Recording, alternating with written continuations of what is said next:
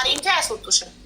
ኧረ ቁጭ ስንት ልገባ እየሞከርኩ እኮ እድሉን አላገኝ ብዬ አጋጣሚ ዛሬ ስራ የለም አውሮፓ ሁሉ ነገር ዝግ ነው ቤቴ ስላለሁ። በምን ምክንያት ተዘጋ ስራ?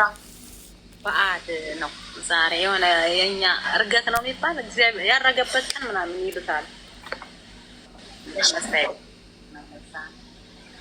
አንቺ ጠንካራ ሴት ታጠነክሬናለሽ አንቺን እያየሁ አመሰግናለሁ በጣም እና ያው እንግዲህ ስሜን ብናገር ደስ ይለኛል፣ ግን ያው ምናልባት እኛ አንድ ታሪክ ልንማርበት ስንሰማ ስሙ አያስፈልገንም፣ ሃይማኖቱ አያስፈልገንም፣ ብሔሩ አያስፈልገንም፣ ቦታው አያስፈልገንም። ጉዳያችን ከታሪኩ ጋር ብቻ ነው። አዎ የምኖረው አውሮፓ ነው ብዬሻለሁ። ከወጣሁ ወደ 20 ዓመት ይሆነኛል። ገና በ17 ዓመቴ ነው የወጣሁ በሱዳን ነው። ከመጀመሪያ ጓደኛዬ ጋር አብረን የአንድ ሰፈር ልጆች ነን። አብረን ወጣን በሱዳን 2 ዓመት፣ ሊቢያ ወደ 2 ዓመት እስር ቤት ቆየሁ። ሊቢያ 2 ዓመት በምቆይበት ሰዓት ልጅ አጋጣሚ ተፈጠረ። እዛ ላይ ልጅን በምወልድበት ሰዓት ባህር ስንሞክር ተያይዤ ታሰርኩ ወደ 8 ወር። ልጅ እዛው እስር ቤት ተወለደች። እዛ ልጅ 2 ዓመት ምናምን እስከሚሆናት እዛው ሊቢያ ቆየን። ወደ ባህር እንደገና ወደ ጣሊያን ተሻገር። ያው እግዚአብሔር ረድቶን ጣሊያን መጣን። 1-2 ዓመት ጣሊያን ቆየን። ጣሊያን ህይወት በጣም ከባድ ነበረ። ልጅ ይዘሽ መስራት አትችይም። ትንሽ ይከብድ ነበር። 2 ዓመት ጣሊያን ከቆየው በኋላ አሁን የምኖርበት ሀገር ኔዘርላንድ ይባላል። እዛ መጣን። ልጅ 4 ዓመት የ5 ዓመት ሆና መጣን ኔዘርላንድ። መተን እጅ ሰጠን እንደ አዲስ የጣሊያን ወረቀት ስለማይሰራ እዚህ። ከዛ እየታገልን ወረቀት ለማግኘት አጋጣሚ የጣሊያን አሻራ ወጣና በዛ አሻራ ምክንያት እዚህ ሀገር በጣም ብዙ ካምፕ ቆየን። ከ9 ዓመት በላይ ካምፕ ቆየን። በዛ 9 ዓመት መሀል አንድ ልጅ ሁለተኛ ወለድኩ። ካምፕ እየኖርን ልጆቻችን ያው ትንሹም ለትምህርት እድሜ ሲደርስ 4 ዓመት የሆነው ትምህርት ጀመረ። ትልቋም ትማራለች። እነሱን ትምህርት ቤት እናስገባለን፣ ሁለታችን እንሰራለን። ብዙም የወረቀት እንትኑን እንትን አላልኩትም። ያው ልጅነትም ስላለ ትሯሯጫለሽ፣ ምን ትያለሽ ኖርን። በዛ መሀል ያው ሶሻል ሚዲያ አለ። እኔ ብዙም የሶሻል ሚዲያ ተጠቃሚ አይደለሁም። ፌስቡክም ብዙም የለኝም። በሶሻል ሚዲያ እንዴት አረብ ሀገር የምትኖር ልጅ ባለቤት ይተዋወቃል። እዛ በቃ ያው እኔ ብዙም እንደዚህ አይነት ያው እምነቱ ስላለ አብረን የወጣን የልጅነት ያው ባሌም ጓደኛዬም እንደ ቤተሰብም ነው። ማይ ከቤተሰብ ጋር ብዙም ግንኙነት የለኝም። ከዛ በቃ ያው ብዙ የሆነ የተለየ ነገር ማየው ነገር አለ። ካምፕ ስለሆነ ውጭ ያመሻልኝ። ያው ካምፕ ስትኖሪ ማህበራዊ ህይወት አለ፣ ብዙ ሀበሻ አለ፣ ሌላም ዜጋ አለ። ግን ያው ሲያመሽ ውጭ ላይ የሆነ ድግስ ይኖራል፣ ምን ይኖራል፣ ያመሻል። እኔ ብዙም ከልጆቼ ጋር ነው ጊዜ የማሳልፈው፣ ብዙም ቦታ አልሰጠውም። ግን ያው ካምፕ ስለሆነ ስትረስ የሚባል ነገር አለ፣ ጭንቀት፣ የወረቀት ምናምን፣ ለዛ ይሆናል የሚያመሸው ምናምን የሚል። በዛ መሀል ሱስ ጀመረ፣ ሲጋራ፣ መጠጥ። እኛ ጠዋት እንቅልፍ ልጆችን ለማድረስ ስነሳ ነው ገብቶ የሚተኛ። በእርግጥ ስራ ይሰራል፣ ግን ያን ስራ የሚሰራውን ገንዘብ በፊት ለኔ ነበረ እንዳለ እየሰራ እያመጣ የሚያስረክበኝ። ከዛ ልጅቱ ጋር ከተዋወቀ በኋላ ብዙም በቃ ብዙ እንትን አየው። ግን ያው ካምፕ ነው፣ የወረቀት ጉዳይ አለ። ሀገራችሁን ተመለሱ ይሉናል በየጊዜው እየጠሩ። ይሄን ያህል ተሰቃይተሽ በሰሃራ በበረሃ በባህር መጥተሽ እዚህ ድረስ መጥተሽ እንደገና ወደ ሀገርሽ ተመልሽ ስትባይ ልጆች ይዘሽ ይከብዳል። ያን ሁላ ስቃይ ያሳልፈሽ እንደገና ደግሞ ሌላ ውስጥ ወደ ሌላ ሴት ይሄዳል ብዬ በፍጹም እንትን አልልም። እዛ ገንዘብ ማጥፋት መጣ፣ ብዙ ነገር በቃ አንግባባም። ምን እነሱ ስንጨቃጨቅ አንድ ክፍል ነው የምትኖሪ፣ ካምፕ ስትኖሪ ልጆችም አንቺም አንድ ላይ ነው እና ብዙ ነገር አለ። ያው በዛ መሀል ሀገራችሁን ተመለሱ እየተባልን እንትን ስንል እዚህ ሀገር ረዥም ዓመት ከተቀመጥሽ ከ7 ዓመት በላይ ከተቀመጥሽ የይቅርታ ወረቀት አለ። በልጆች እዚህ ሀገር ከተወለዱ የይቅርታ ወረቀት እንዲሰጥ ተፈቀደ። በመንግስት ደረጃ አገኘን። በዛ ያው እግዚአብሔር ይመስገን። አንዳንዴ ለልጅ ብለሽ ብዙ መስዋዕት ትከፍያለሽ፣ ግን ደግሞ ለልጆችሽ ስትይ ደግሞ አንቺ ከተጎዳሽ ልጆቹ ጭምርት ይጎዳሉ። ያ ወረቀት መጣ፣ ቤት ወሰድን፣ ገባን። ትምህርት የዚህን አገር ቋንቋ መማር አለባችሁ መማር ጀመርን። በዛ ላይ አገር ቤት መሄድ አለብኝ የሚል እንትን መጣ። ወዲያው ወረቀት አግኝተን 6 ወር ሳይሞላ አገር ቤት ከወጣ አብረን ነው የወጣን፣ አብረን ነው መሄድ ያለብን። ስለዚህ ካምፕ እያለን አባቱ ሙቶ ነበርና እናቴ ታማለች መሄድ አለብኝ ሲለኝ ቀጥታ ኢትዮጵያ መግባት አይችልም እና በሱዳን አድርጎ ሄደ። ለ1 ወር ደርሶ መጣ። ደርሶ ከመጣ በኋላ እኔ እና እሱ ጭራሽ በቃ እማንተዋወቅ ሰዋን እንኳን 15 ዓመት አብሬው የተቀመጥኩት ነውና ጭራሽ በቃ ምንም ልንግባባ አልቻልንም። ገንዘብ ይሰራልኝ ቀጥታ ወደ ኢትዮጵያ ነው የሚላክ። ያን ገንዘብ ምን አድርገው ነው ስለው ኢትዮጵያ ባንክ አውጥቼ ስለመጣው ወደዛ ነው ማስገባው አለኝ። እንዲያውም አንቺ የምትሰሪውንም አስገቢ ብሎ የባንክ ቁጥሩን ሰጠኝ። ለካ ልጅቱንን ከአረብ ሀገር አስመጥቶ ቤተሰቦቹ የሚኖሩበት አካባቢና የኔ ቤተሰቦች አንድ ላይ ስለሆነ ያችን ልጅቱን ሌላ ቦታ ሌላ ከተማ አስቀመጣት። ተከራይቶ ከአረብ ሀገር አስመልሶ እና ለሷ ነበር የሚላከው። መጨረሻ ላይ በቃ ወደ 2 ዓመት እንደዛ ሆነን ኖርን። እግዚአብሔር ሲረዳኝ አንዳንዴ ለልጆችሽ ኑሪ ጠንክሪ ሲለኝ አንድ ቀን ቴሌፎኑን ጠዋት ወደ ስራ ለሄድ ተሳስቼ እሱን ቴሌፎን ይዤው እሄዳለሁ። በስተት ረፍዶብኝ ስለነበር በስተት አንድ ላይ ነበር። ከምኝታ ቤት ተነስቼ ልብሴን ለባብሼ ቁርስ ለልጆች ሰጥቼ ትምህርት ቤት ሄዱ። እኔ ቴሌፎን መስሎኝ አንስቼው ሄድኩኝ። ከዛ ስራ ስገባ ሲነሳ ቴሌፎኑ የኔ ነው ያለ፣ የሱን ይዤው ሄጃለሁ። ከወጣሁ በኋላ አይቼዋለሁ የሱ እንደሆነ፣ ግን አልመለስም ብዬ ሄድኩ። ሲደውሎ ቴሌፎኔን ሲለኝ ውይ በስተት ይዤው ሄድኩኝ አልኩትኝ። ከዛ ግማሽ ቀን ላይ እኔ ከስራ ስመለስ እኔ እስከምመለስ ስላልቻለው በእኔ ቴሌፎን ፌስቡክ ከፍቶ በሜሴንጀር ሲጻጻፍ ቆየ። ከዛ ወይ ቅርታ ብዬ ያን ቴሌፎኑን መለስኩለት። እግዚአብሔር ሲያጋልጠው ከልጅቱ ጋር 4 ዓመት ያህል ተጻጽፏል። ረድቷታል፣ አስቀምጧታል። ያን ሜሴንጀር ድሊት ሳያደርገኝ ቴሌፎን ይመለሰልኝ። ከዛ በኋላ አጋጣሚ በቃ እኔም ፌስቡክ የለኝም። ለ6 ሰዓት ልዩነት ስላላስቻለው በእኔ ቴሌፎን የሱን ፌስቡክ ዳውንሎድ አድርጎ ሜሴንጀር ሲጻጻፍ ቆይቶ ስመለስ ቴሌፎኑን መለስኩለት። በቃ እሱም ረስቶታል። ያው እግዚአብሔር አንዳንዴ ያደነዝዝሻል ተጋለጥ ሲለው። ከዛን ቀን ጀምሮ በፌስቡክ ሲጻጻፉ ቀጥታ ሜሴጁ ይመጣል ወደ እኔ። ለ3 ወር ዝም ብዬ ተከታተልኩት። ሌሊት እንቅልፍ አልተኛ። በቃ የሚላላኩት ሜሴጅ የሚላላኩት ፎቶ እንዳለ በቃ ሻወርም እየወሰዱ እሷ ምራቁታ ሆላ እንዳለ በቃ ተከታተልኩት። መጨረሻ ላይ አንዲት እግዚአብሔር የሰጠኝ ጓደኛ ያለች ሁሉን ነገር የነገርኳት። በቃ መጣች ቤትና የኢትዮጵያ አዲስ ዓመት ሊሆን መጡ ከባሏ ጋርና አልቻልኩም።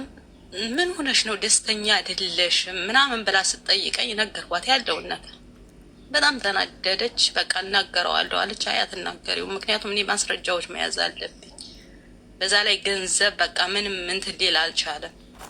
እንዴት ታዲያ 3 ወር ድረስ እንዴት ትከታተያለሽ? እንዴት አስቻለሽ? በቃ መያዝ ያለብኝ ነገር ስላለ አልኩ። ያንን ሜሴጆችን ሴቭ እያረኩ አስቀመጥኩ። ብዙ ነገር በቃ መጨረሻ ላይ እሱ ሳያየው ሜሴጁን እያየሁበት እንደሆን ሲያውቅ ፌስቡክን ጠልፈሻል እንዴ ምናምን ብሎ ሲጠይቀኝ ኧረ በፍጹም እኔ እኮ ፌስቡክ የለኝም፣ ይሄን ያህል እውቀት ቢኖረኝማ ምናምን አልኩትኝ። አይ መሴጅ ሲላክልኝ መሴጅ እኔ ሳላየው ሰው እያየብኝ ነው ምናምን አለኝ። አይ በፍጹም እኔ ፌስቡክ ከፈለግን ከቴሌፎኔን ብዬ እሱ ሳይከፍተው ቮይስ ሲላክለት እሱ ሳይከፍተው አንቺ ቀድመሽ ከከፍተሽ እሱ ጋር ደማቅ የነበረው ስለሚፈዝ ኦልሬዲ የታየ ነው። ሲን ይላል እሱ በታች በቃ መጨረሻ ላይ በቃ የሚያስፈልገኝ ማስረጃ ያዝኩኝ። እዛ በኋላ ምን አደረግኩ? ቀጥታ ለልጅቱ የኔንና የልጆቹን የእሱን ፎቶ ያለበትን ላኩላት። ፌስቡክ ዳውንሎድ ያደረግኩ የራሴ በቃ ላኩላት። ምናልባት ተሳስተሽ ሊሆን ይችላል። አንቺ ልጅ ነሽ፣ አንቺ የምታህል ልጅ ያደረሰ ሰው ነው ይሄ ልጅ። ስለዚህ ተሳስተሽ ከሆነ ምናምን ብዬ ያለውን ነገር ስላኩላት። ከሱ ጋር ተደዋውለሽ ተጣሉ፣ ከኔ ጋር እሱ ተጣላ። እንዴት እኔን አታናግረኝም? ቀጥታ አይ ምናልባት ሰው ከሆነች እሷ ናት ማቋረጥ ያለባት። እውነታውን የነገርኳት። ከዛ በኋላ ትልቁ ጦርነት ተጀመረ። እሷ ቁጥሬን ከሱ ተቀብላ ዋትሳፕ እንትን አደረገች እና የእሱን ፎቶ ፖስት ማድረግ ምናምን፣ እኔም መሳደብ በቃ እኔም ማብሸቅ ገባች። ነገርኳት፣ ለመንኳት። ከዛ በኋላ በቃ ያለውን ነገር ገንዘብ የት ሲላክ እንደነበር ማወቅ ስለነበረ እሷ ኢትዮጵያዊ ናት ወይስ ሌላ ዜጋ? ኢትዮጵያዊ ናት። እዛው እናንተ የምትኖሩበት ሀገር ነው የምትኖረው? ኢትዮጵያ ነው የምትኖረው። በአካል አይገናኙማ። ግንኙነታቸው እንዳለ በስልክ ብቻ ነው። አይ እሷ ከአረብ ሀገር ሄደች። እሱ አረብ ሀገር የምትኖር የነበረች ልጅ ናት እኮ። የገባ ጊዜ ለአባቱ ለቅሶ ካምፕ ስለነበራቸው አገኛት እኮ። ወረቀት ባገኛችሁ በ6 ወር ኢትዮጵያ ሄደ ጊዜ አግኝቷት ጊዜ አሳልፈው ነው የመጣው። ለአባቱ ለቅሶ ብሎ ሳይሆን ለእናቱ ወስቦ ሳይሆን የሄደው ሆን ብሎ። እሷም ከአረብ ሀገር ሄደች፣ እሷን ለማግኘት ነው ሄደ ሄዱ። ባገኛችሁ በ6 ወር አንቺና ልጆቹን የሰው ሀገር ጥሎ የሄደው እሷን ለማግኘት ነው። ከዛ በኋላ ለእሷ ቤት ተከራይቶ ዕቃ ገዝቶ ምን ብሎ ጥሏት መጣ፣ አስቀምጧት መጣ። ከዛ በኋላ እሷን ነው የሚረዳ። ከዚህ ከኛ ጋር በቃ ያለው ነገር ምንም ነገር ጉዳዩ አይደለም። ልጆቹን እኔ ትምህርት ቤት አደርሳለሁ። አንዷ እንኳን ትልቅ ናት፣ የኮሌጅ ተማሪ ናት። አሁን ግን በቃ ባለኝ ነገር ከእነሱ ጋር ኮንታክት ያለኝ። ልጆቹ ራሱ እስከሚታዘቡት ድረስ ውጭ ነው የሚያመሽ ምን ደግሞ እንዳለ ለእሷ ነው የሚልክላት። የቤት ኪራይ ብር የሚባል የለም። ከዛ በኋላ እሷም ካወቀች በኋላ እኔም ካወቁ በኋላ ምን አደረኩ? ያ ገንዘብ የት እንደሚላክ የሚልክ ሰው አለ እዚህ። እኛ የምንልከው በጥቁር ነው። ከልጁ ጋር በጣም እንግባባለን። ደውዬ የባለቤቴን ስም ጠራው እና በዚህ እንደዚህ ይልክ ነበርና ላኪ ብሎኝ አካውንቱ ከሱ አለ ብሎኛል አልኩኝ። ከዛ ስሟንም አካውንቷን የሚላክ ብር እንዳለ ፕሪንት አድርጎ ላከ። ከዛ በኋላ በዚህ መሀል እኔ ቤተሰብ 15 ዓመት አላየሁም። ልጆችን ይዤ ለመሄድ አልተመቸኝም። እናቴ እንትን ስትለኝ አነስቼ ሄድኩኝ። ቤተሰብ ደርሼ መጣሁ። ከዛ በኋላ በቃ ትልቅ ጦርነት እንትን አለ ጀመርኩ። በቃ ማለት አልቻልኩም። እያወቅኩ እኔ ውስጤ እየተጎዳ፣ በዛ ላይ እኔ ስጎዳ ልጆች እየተጎዱ ነው። እሱ ከቤት አያመሽም፣ ውጭ ነው የሚያመሽ። ከኔ አልፎ ልጅ እንኳን አባታችን ምን ሆኖ ነው እኛ ጋር እንኳን 2 ቀን 3 ቀን እንኳን ላይ ምን ስተኛ ነው የሚመጣ። እኔ ጧት ትምህርት ቤት ስሄድ ይነሳል። ምን ነው ሌላ ሴት ያዘ እንኳን ብሎ ትንሹ የ9 ዓመት ልጅ ጠየቅ። እንደዚህ ባይሆን እኮ ለእኛ ጊዜ ይሰጠን ነበረ። ሲለኝ በቃች ጓደኛ የምልሽ ተማከርን ከሷ ጋራ። በዚህ መሀል እሱ ተነስቶ ወደ ኢትዮጵያ ሄደ 6 ወር ቆይቶ መጣ። 6 ወር ቆይቶ ሲመጣ ያው ከልጅቱ ጋር አብረው ናቸው። ፎቶ ፖስት ያደረገ 6 ወር ሲቆይ ትደዋወላላችሁ? ልጆቹ ጋር ይደውላል፣ ልጆቹን ይጠይቃል ምናምን። በቃ ልጁ ትንሽ ትልቋ ብዙም እንትን አለ ማለት አወቀች፣ ሚዲያም ስለምትጠቀም ጠየቀችው። ኢትዮጵያ ባለበት ሰዓት ምን እየሰራ ነው እስካሁን እኛ ከዚህ ምናምን አለችው እና ፎቶ ፖስት አድርጎ እንደዚህ ትራንስሌት አድርገው ያያሉ መሰል ኮሜንት የሚደረገውን በአማርኛ ታያለች እና ጠየቁ ማለት ከእሷ ጋር ፖስት ከአንቺ ጋር ሳይፋታ ከልጅቱ ጋር ፖስት አደረገ። ሲያደርግ ታየዋለች፣ ግምቴ ነው። እሷ ደውላ ቀጥታ ነው የደወለችለት። የት ነው ያለህ ብላ ጠይቀዋለች። እዛ ቤተሰቦቹ አላቸው የሆነ የስራ ቦታ እዛ ነው ምናምን ሲላት ውሸትህን ነው፣ እዚህ ሀገር ስትመጣ ቀጥታ ማሳስርህ እኔ ነኝ ብለዋለች። ለእኔ አልነገረችኝም። ከዛ ቀጥታ ደወለና ምን ብለሻታል ልጅ ምናምን ሲለኝ ምንም አላልኳትም። አንተ ከሱ ስራ እንደምትሰራ ነው የምነግራት፣ ለስራ እንደሄድ ነው የምነግራት። አይ እንደዚህ እንደዚህ ያለች ሰው በፍጹም እንደዚህ አንተን በመጥፎ እኔ እናንተ ብንጋጭን አባታችሁ እንደዚህ እንደዚህ አድርጎ ብዬ አንድ ቀንም አልናገርም። ምክንያቱም አባታቸው ነው፣ ራሳቸው መጥፎነቱን ራሳቸው እንዲያውቁ ነው የምታገለው። ከዛ በቃ ፎቶ ፖስት አታደርግ ለእኔ ሳይሆን ለልጆች። በዚህ መሀል እሱ እዛ ሆኖ ሲዝናና ምን ሲል ከሴት ጋር ሲሆን ምናምን ቤተሰቦች አጠገብ ስለሆኑ ሁሉን ነገር ያያል። ማለት ጓደኛ ዘመድ እናንተ ሳትፋቱ እሱ ውሽማው ጋር ፎቶ ሲፖስት በቃ ቀጥታ ልጅቱ ወደ ቤተሰብ ይዟት እና እናቷ ልጅ ወደ ቤተሰቡ ላይ ይዟት ሄደ። ከዛ ቤተሰብ የመጀመሪያ ሚስትን ሳትፈታ እንዴት ሁለተኛ ሚስት አመጣለሁ? የለም እንደዛ የሚባል ነገር የለም። እንደዛ እንዳላሉት ራሱን ያላሉ። ከዛ ወንድሞቼ በቃ እኔን አጣቂ ውስጥ ከተቱ። ወይ ፍጩ ወይ ደግሞ መጥቶ ልጆቹን ያሳድግ፣ ያለበዚያ ልንሳሳት ነው አሉ። የኛ አካባቢ ደግሞ ትንሽ ጥቂት የሚባል አይወዱም። በቃ አይመለከታቸውም። እሱ የልጆች አባት ነው። የማደርገውን ነገር አደርጋለሁ። እስካሁን ድረስ ብዙ ነገር አሳልፌያለሁ። ስለዚህ የልጆች አባት ነው። እኔ የማደርገውን ነገር አደርጋለሁ። እኛ እኮ አንቺ እንዳትጎጂ ብዙ ነገር እያየን ዝም ብለናል። ከሰማሽ ትታመሚ ያለሽ እያለ ሁሉን ነገር አውቃለሁ አልኩት። ለወንድሜ ሁሉን ነገር አውቃለሁ። እኔ የማስተካክለውን ነገር አስተካክላለሁ። በዚህ መሀል እዛ ንብረት መሬት ገዝተን ነበር፣ ቤት አስጀምረን ነበረ እና ተረጋጋ አልኩት። 6 ወር ሲሞላው ከ6 ወር በላይ እዚህ ሀገር ወጥቶ መቆየት ስለማይቻል መጣ። አስገባሁት እኔም ዝም ብዬ። እሱ መቼ እንደሚመጣ አልነገረኝም፣ ግን ጓደኛው እደዋወላለሁ እና ትኬት የቆረጠበት ንገረኝ አልኩት። ነገረኝ። እሱ ሐሙስ ሊገባ ለቅዳሜ ትኬት ቆርጬ ጠበቅኩትኝ።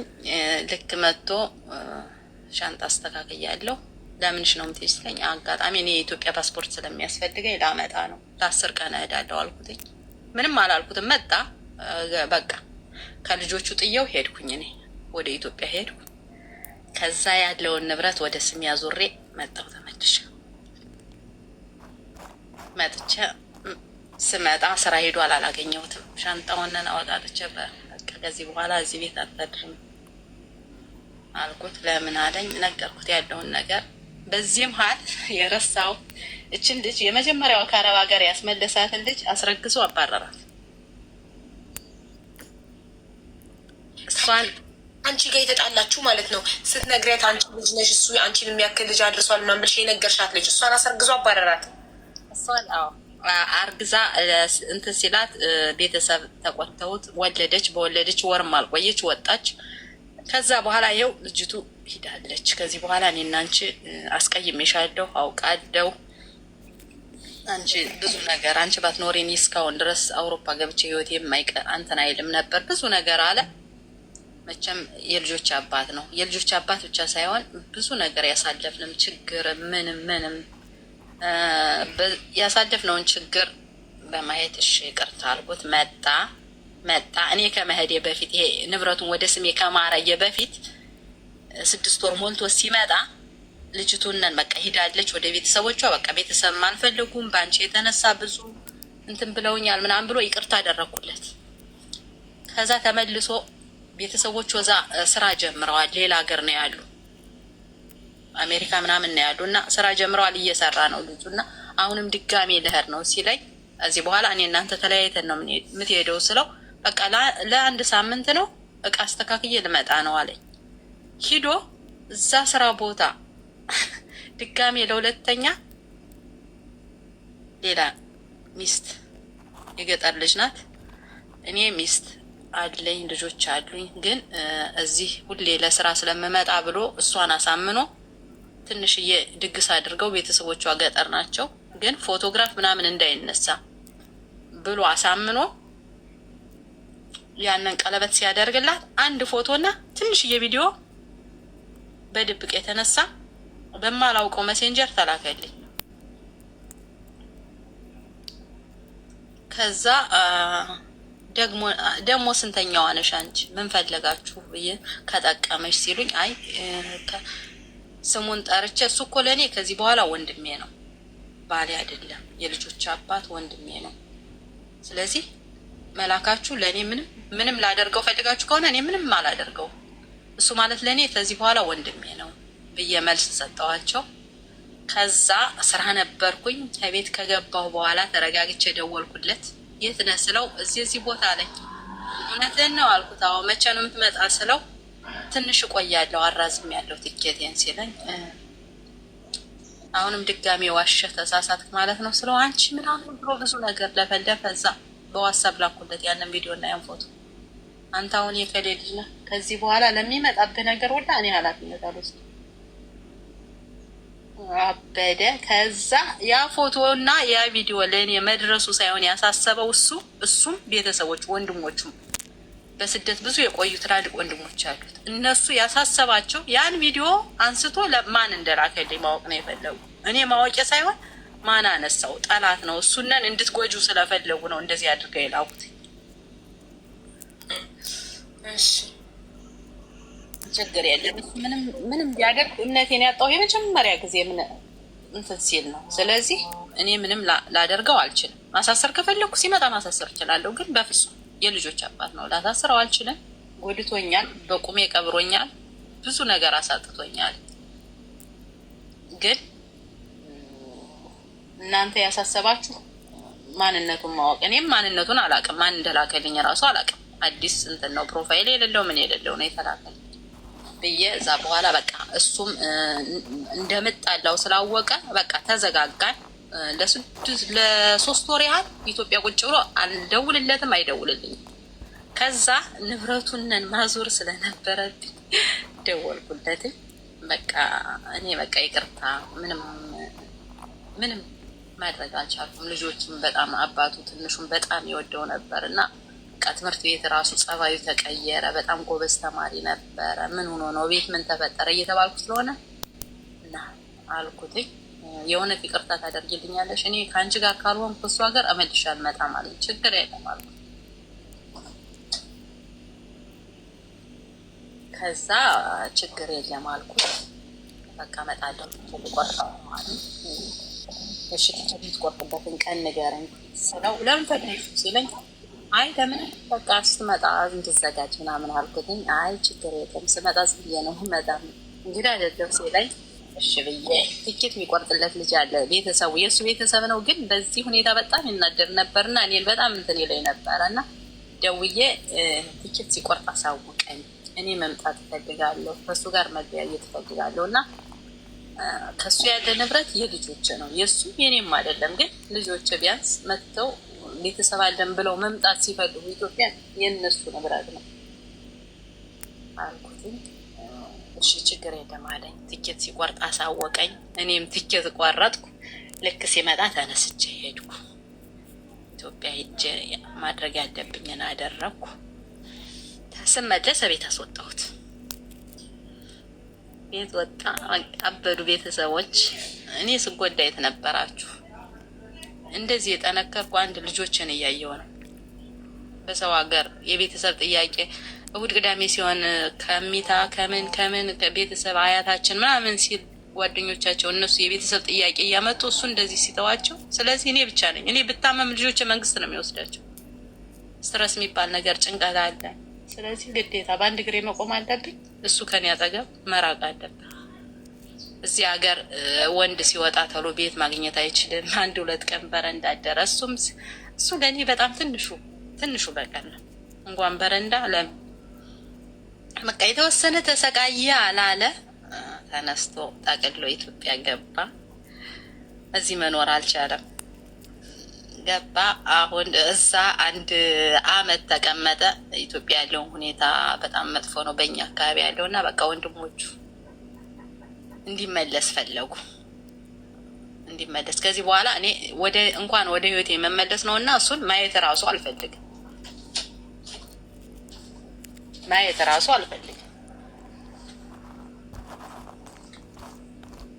እና ብዙ ባንቺ ቤት ብዙ ታሪክ እሰማለሁ። መርሳት አልቻልኩም። እንደዚህ ይረሳል።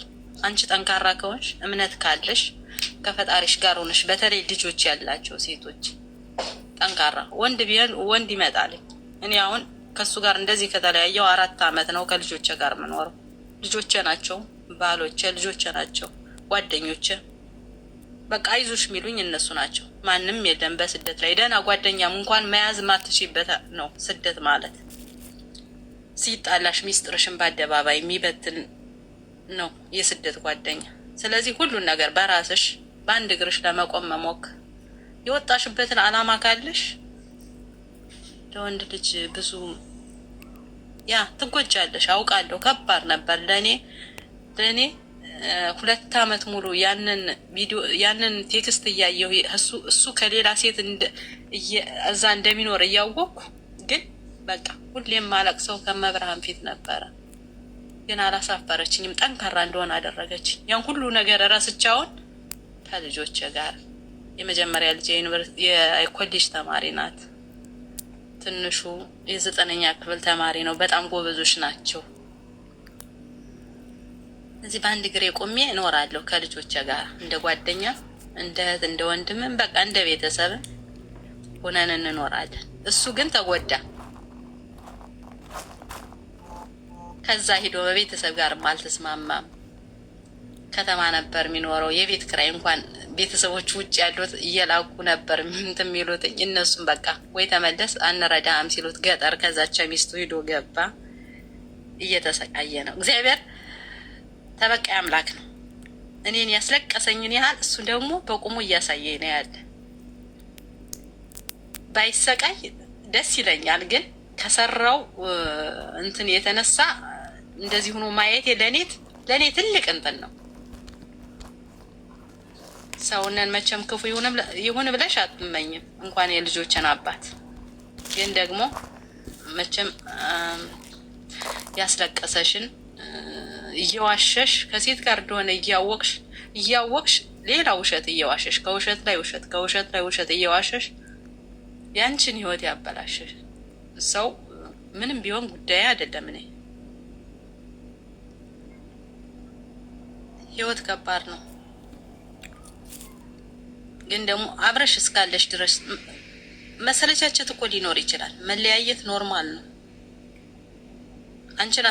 አንቺን ላለማጣት ውሸት እየዋሸ ከሌላ ከሚሄድ በቃ ይቅርታ እንደዚህ አድርጊያለሁ ብለሽ መለያየት፣ አንቺም እንደ እህት እንደ ወንድም ትቀጥያለሽ ለልጆች ስትይ። ግን እኔ እና እሱ አሁን በቃ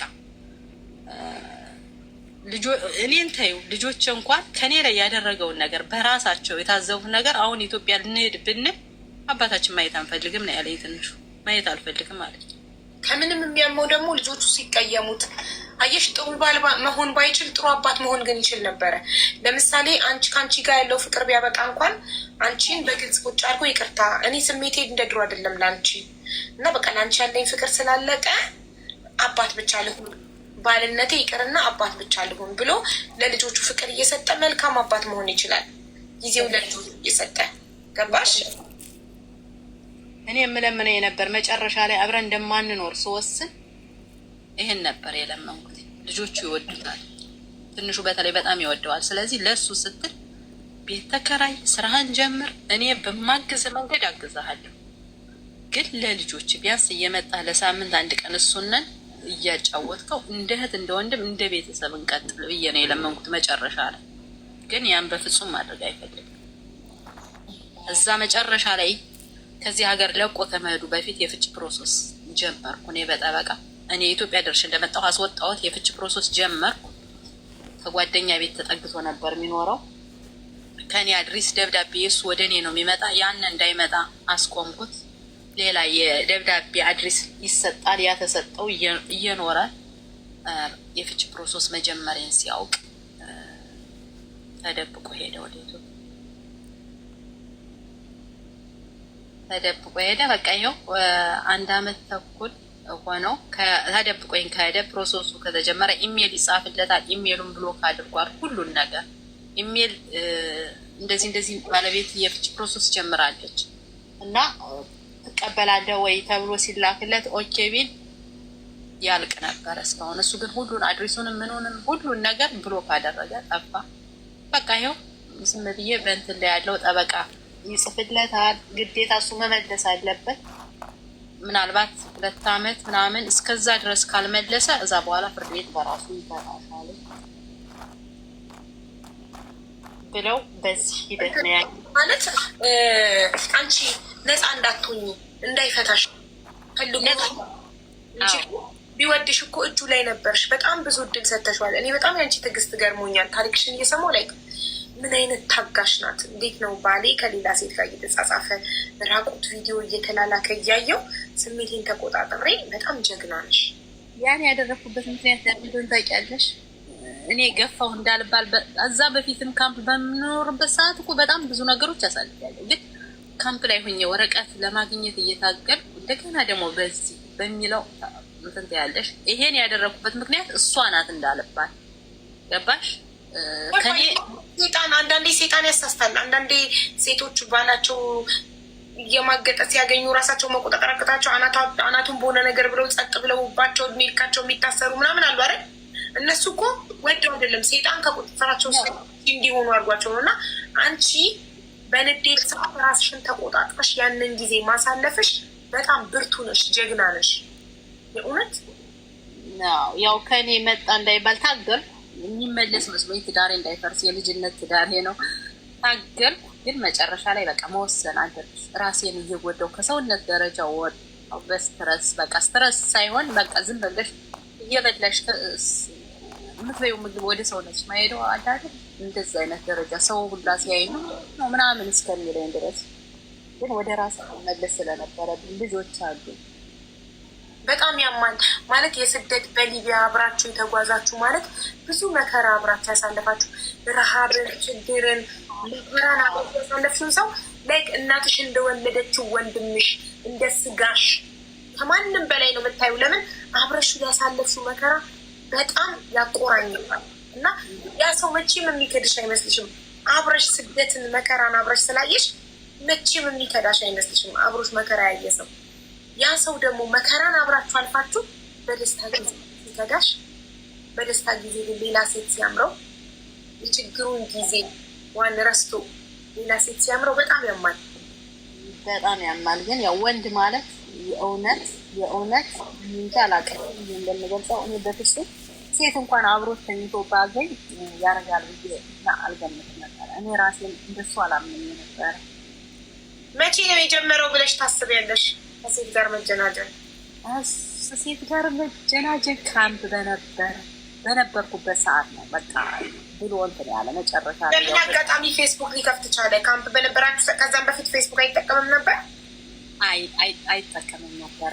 ያው ፌስቡክ ስንለሽ ሶሻል ሚዲያ ላይ ይሄ ፖለቲካ እንትን ምናምን ነበረ የሚጠቀም የነበረው እና ሶሻል ሚዲያ ላይ ስትጠቀም እንደ ቀልድ ዝም ብለሽ ሰው ጋር የምትጻጻፊው ነገር ምናምን አለ አይደል? እንደዛ ቴክስት ሲደራረጉ ግን እሱ ዲፕ ገባበት እኮ። አንቺ እንዴት ዝም አልሽ? ለመጀመሪያ ጊዜ ካምፕ ውስጥ እያላች ቴክስት ሲደራረግ ስታይ እንዴ ከሴት ጋር ተጻጻፋል ብለሽ አታውቂም? እንደ ቀልድም እንዴ እሱን ያወቁት ምን እንደሆነ ታውቂያለሽ? እኔ ፌስቡክ አልጠቀምም። እኔ ልጆችን ትምህርት ቤት አስገባለሁ፣ ወደ ስራ ነው የምሄድ። እዚህ ሀገር ሳይክል ነው የምትጠቀሚ፣ ሳይክል አስመስለሽ ነው እንጂ ልጆቼ ትምህርት ቤት በሚወጡበት ሰዓት እመለሳለሁ። ልጆችን ምግብ አበላለሁ። እዚህ ሀገር ዋና አለ፣ ስፖርት አለ። ያ ሰዓት ሲደርስ ደግሞ ማታ አካባቢ አብረን እንወጣለን። በቃ ህይወቴ እንደዚህ ነው የነበረ ልጆቼ ጋር ነው። አየሽ፣ ራስን በቤት ስራ በልጆች ብቻ ቢዚ ማድረግ ምን ያህል እንደሚያሸውድ አንቺ በህይወትሽን፣ ልጆችሽን፣ ቤትሽን ቢዚ ስትሆኝ፣ እሱ ግን እዛ ጋር ሴቶችን ፌስቡክ ላይ በማጥበድ ቢዚ ነበር። እኔ ሚዲያ እንደዚህ ፌስቡክ የለኝም ነበር፣ አልጠቀምም። እና ይሄንን ከካምፕ ጀምሮ መሆኑን ያወቅኩት እዚህ የመጥቼ በእኔ ቴሌፎን ከተጠቀመ በኋላ ነው። ከዛ የሚጻጻፉት ነገር አንጻር ወደኋላ ሄደሽ የተጻጻፉትን ስታይ መቼ እንደጀመሩ አውቀሽ ነው ከካምፕ ጀምሮ እንደነበር ያወቅሽው? በፊት የእሱ ቴሌፎን ክፍት ነው፣ ኮድ የሚባል የለውም። ይህን ከጀመረ በኋላ ግን ቴሌፎኑን መቆለፍ አመጣና ጠይቄው አውቃለሁ። ለምንድን ነው ከመቼ ወዲህ ነው ስለው፣ አይ ዝም ብሎ አንዳንድ ነገር ስለምጠቀም የፖለቲካ ጉዳይ ምናምን አለ። እኔም ብዙም ቦታ አልሰጠሁትም።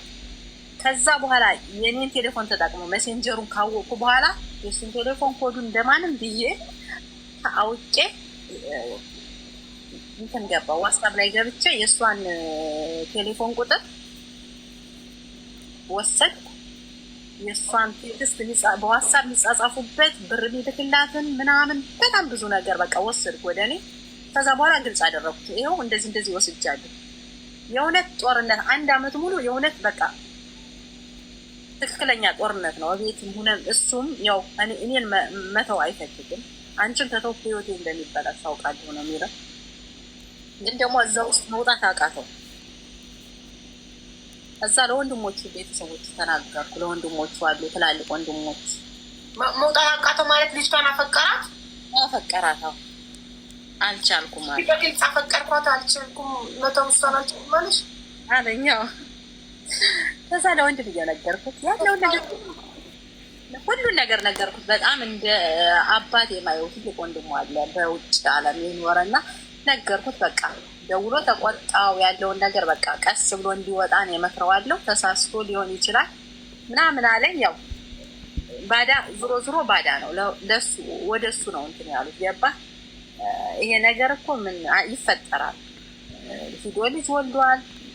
ያችን ከወለደን በኋላ አባሮ ሌላ እንደዚህ አድርጓል ምናምን የሚለውን በቃ ማስተባበል አመጡ። በቃ አንቺ ሚስቱ ነሽ ይመለሳል፣ ዝም ብለሽ ጠብቂ የሚል ነገር ከነሱ መጣ። ገባሽ? እኔም በቃ ያው መወሰን ያለብኝን ወሰው ማድረግ ያለብኝና አደረግኩ። ምክንያቱም እዛ ያለው ንብረት እውነት ለመናገር የኛ አልነበረ። እሱ ነው ብር እየላከ እንትን የሚለው ነበር፣ የእሱ ነው ነበር። ግን እልህ ያዘ። ገባሽ? 4 አመት ሙሉ በእኔ ላይ ሴት ይዞ ነበር። ብዙ ነገር አድርጓል። ብዙ በዚህ መሀል በሽታም እኮ ሊመጣ ሁላ ይችል ነበር። እግዚአብሔር ጠብቆኝ ነው እንጂ። ታዲያ እንዴት ነው ንብረቱን እሱ በሌለበት አንቺ ወደ ራስሽ ማዞር የቻልሽው? ከሱ ወደ አንቺ ቤቱ የተገዛ የኔ እህት ነበረች የገዛች እና 50% የተገዛው የማህበር ቤት ነው። 50% ስታደርጊው ነው ካርታ ማዞር የምትችይው። 50% መድረሱን የሚያሰራው ወንድሜ ነበረ። እሱ ይሄን ነገር ሲያደርግ ወደ እኔ ቤተሰቦች መቅረብ እዛ ኢትዮጵያ እያለ ይሄን ነገር እንዳደረጉ ቤተሰቦች ማወቃቸውን ስነግረው ወንድሜ ተጠንቀቅ ማለት አስጠነቀቀኝ። ካገኘሁት ፊት ለፊት እመታዋለሁ አለ። ስለዚህ ንገሪው አለ እና ነገርኩት። ይሄን ነገር ከእኔ ቤተሰቦች አካባቢ እራቅ። በዚህ መሀል እኔ ብር ያን እንትን 50% ደረሰ እና ስሙ መዞር አለበት ሲሉኝ በቃ እሱ እዛ ነበር ቢያውቅ ውክልና ይሰጣቸውና እንትን ይል ነበረ። አንቺ ከማን ወደ ማን ያዞር? ከገዛሁበት ሰውዬ መጀመሪያ በገዛሁበት ሰውዬ ካርታው እህቴ አወጣችሁ። ከዛ በኋላ ወደ ሊዞር ሲል ሄድኩ። ምን አለ ግን አንቺ በስምሽ እንዳዞርሽው ሲያውቅ ወይ አበደ እሱ ነው በጣም እሱ ብቻ ሳይሆን ቤተሰቦች በጣም ያበዱ በዚህ ነው። እድሉን የማይመልስ ልጅ አይባለ ድርሽ መለሽ። ይሄን በማድረጌ በጣም እንትን አሉ። ይሄ ንብረት ነው እኮ እኔነቴን አሳጥቶኝ ነበር። ገባሽ? በብስጭት ስራው ሳይክል እየነዳው መኪና ውስጡ ላይ የእሱ የሚያደርጋቸውን ፎቶ የሚፖስታቸውን እያየሁ መኪና ውስጡ ላይ ልገባ ላይ ነበረ በጭንቀት። ገባሽ? እኔ እዚህ በሞት ልጆች መንግስት ነው የሚወስዳቸው ማለት ብዙ ባል ማግጦ አይተናል። የእሱ ግን ይቅርታ አድርጊልኝና ሳይፋታ ከአንቺ ጋር ከውሽማ ጋር ፎቶ ሶሻል ሚዲያ ላይ እየለጠፈ ትልቅ ልጁ አይታ እስከምትደውልለት ድረስ እንዴ! አሁንም ልንገርሽ፣ አሁንም ፕሮሰሱ እኔ ነኝ የጀመርኩት። አልተፋታውም። አሁንም ሚስት አግብቶ አለ። አሁን ራሱ ወደ ኢትዮጵያ መሄድ ፈልጌ ወንድሜ በቅርብ አርፈዋለች። እዛ ልጆች ትምህርት ቤት ሲዘጋ መሄድ ፈልጌ ልጆችን ይዤ መውጣት አልችልም እዚህ ሀገር በሱ ስም ስላለ እሱ የፈረመበት ወረቀት መያዝ አለብኝ እና ያን ወረቀት እንዲፈረምልኝ ላኩ። ወንድሜን ከነገርከው አይፈርምም እና ዝም ብለህ ካለበት ሂደህ አንተ በቃ ከያዝከው ይፈርማል ብዬ ያን ወረቀት አጋጣሚ ስራ ቦታ ሂጄ አገኘሁት። ፈረመለት። ከዛ ለልጆቼ ቪዲዮ እምብኛ እንትን አሉ። ቪዛ ከለከሉ የኢትዮጵያ ኢሚግሬሽን። ከዛ አዲስ አበባ ኢሚግሬሽን ሂዶ እንዲገባ ቪዛ ልጆቼ እኔም ብለው ሊመጡ ነው ብለህ ሂደህ ተናገር በሉት ብዬ ስልት ስልኩን አጠፋፍቶ ጠፋ። በባሽ ከሄድኩ እኔ እዛ የሚይዘው ነገር አለ ያውቃል። አለቀው።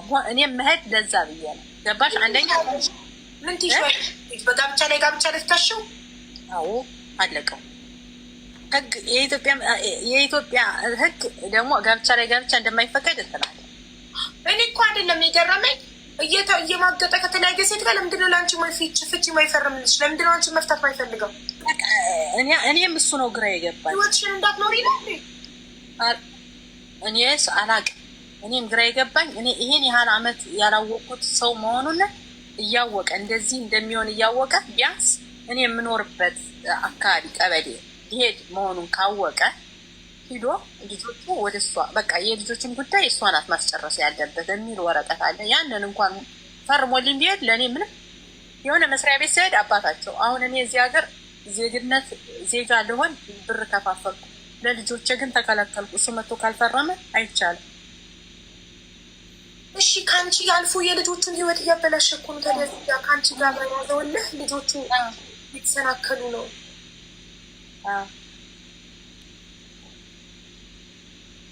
እና እስከዚህ ድረስ በቃ አንቺ አብረሽ ካልሆንሽ ብዙ ነገርሽ ነው ያበላሹታል። ብዙ ነገርሽ እነሱ ፈልገው ነው አይደል? ይሄ ነገር መቼም እኔ እሱ ጋር እሱ እንደዚህ እያደረገ ሁሌ ልኖር አልችልም። የተወሰነ ልትታገሽ ልትጎጂ ትችያለሽ፣ ይመለሳል ብለሽ ግን እንደዚህ አይነት ነገር የለም። ደግሞ ያደረግሽውን የሚያደርግ ማንም የለም እንዳንቺ የሚታገስ።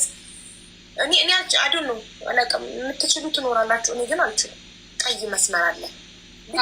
እየማገጠ እንደሆነ ባወቅኩ ሰዓት በዛች ደቂቃ እኔ የውሳኔ ሰው አለመሆን ብዙ መስዋዕት ያስከፍልሻል። አልደራደርም። ምንም ንግግር አያስፈልገውም። በቃ እኔም እወጣለሁ፣ ደግሞ አያገኘኝም። በቃ ሌላ ሴት ጋር ሄደ ማገጣር አለቀ። በቃ የሆነ ነገር እኔ የኔ ጣዕም አለቀበት አይደል? አዲስ ጣዕም አማራው አይደል? ሄደ ይመቸው። ደግሞ እኔ መንካት አይችልም። እድሜ ልኩን በሰራው ስህተት ሲጸጸት ይኖራታል። ደግሞ ስህተት አይደለም፣ ምርጫ ነው። መርጦ ነው፣ ወዶ ፈልጎ ተጀናጅኖ ሄዶ ጭራሽ አብስሎ ሄዶ በላ። በኦንላይን ጠብሶ አብስሎ ኢትዮጵያ ሄዶ በላ። ያበሰለውን ሄዶ ተመገበ እና ትናን አድርጎ ወጥሮ የሚያደርገውን ነገር ምርጫ እኮ ነው እኮ። መማገጥ ምርጫ ነው። ባሽ ስህተት የሚባለው መጠጥ እየጠጣ መድኃኒት ሰው ውስጥ ጨምሮበት ራሱን አንስቶት እሱ እንደሆነ ሳያውቅ አቅሉን ስቶ አንቺ መስላት አይተው ሴት አብሮ ቢተኛ ስህተት ነው ይባላል። ራሱን አያውቅም ነበር። መጠጥ ውስጥ መድኃኒት ተጨምሮበት እያወቀ ላደረገው ነገር እንዴት ነው ስህተት የሚለው? ፕላን አድርጎ አንዳንዴ የውሳኔ ሰው አለመሆን ራስሽን ነው የምትጎጂ። አይ ብልህ ሴት ታጋል። ትዕግስት ጥሩ ነው። ንብረት እስክታስሞሪ የምትፈልጊ ነገር እስክታስተካኪ ውስጥሽ ቅጥል እያለ ችለሽ አላማሽ እስክታሳኪ መቆየት ጥሩ ነው። ይህኝነት አይጠቅም። ለምሳሌ ባወቅሽ ሰዓት መንገድሽን እስክታስተካኪ ኢትዮጵያ ሄደሽ ንብረት ቤቱን በስምሽ እስክታዞሪ ምናምን ታገሰሽ። ይሄ ጀግንነት ነው። የስሜት መቆጣጠር ጀግንነት ይጠይቃል፣ ብልህነት ይጠይቃል። እኔ ከዚህ ይሄዳል ብዬ ባስብ ኖሮ እዚህ ሀገርም ሳይፈታኝ እንዳይወጣ ማድረግ ይችል ነበር። ግን በፍጹም እንደዚህ ያደርጋል ብዬ በቃ ሌላ ሚስት አግብቷል። ስለዚህ እኔ ሚስቱ ሁለተኛ ሚስት የእሱ ተንኮል ማግጥ እንደፈለገ ግን ለምንድነው ማይፈታሽ? ለምንድነው አምልጦ ሄደው ፍቺ ስትጀምሪ? አላውቅም። ከሄደው ኢትዮጵያ ገባ በኋላ ነው ያወቅኩ። ስልኩ ዝግ ሲሆንብኝ የጠበቃ እንትን ወረቀት ተልኮ ልነግረው ስደውል ስልኩ ዝግ ነው። አብሮት ካለው ልጅ ስደውል ለኢትዮጵያ ከገባ እኮ ቆየ፣ አንቺ እንደምታውቂ ነው ግን የነገረኝ አለኝ። ኧረ እኔ አላውቅም አልኩት። በቃ ከዛ በኋላ ያው የሚፈረም ወረቀት ሲኖር ወደ ኢትዮጵያ በፖስታ ልኬ ነው ፈርሞ ልክልኝ። ከዛ ሀገር ቆይቶ ወጥቶ ምን ያህል ጊዜ መቆየት ይችላል ሳይመለስ? በቃ አሁን ከዚህ ሀገር መግባት አይችልም። በጣም ብዙ ዳዎች አሉበት። በጣም ብዙ እኔ እና እሱ ፍቅር ብቻ ምን አለች መሰለሽ? ልጆችሽ ከባድ ህመም ቢታመሙ ምንም ማድረግ አትችይም። ላለሽበት ሀገር አሳውቀሽ የአባትነት ድርሻውን ማስነሳት ትችያለሽ። ይኸውልሻ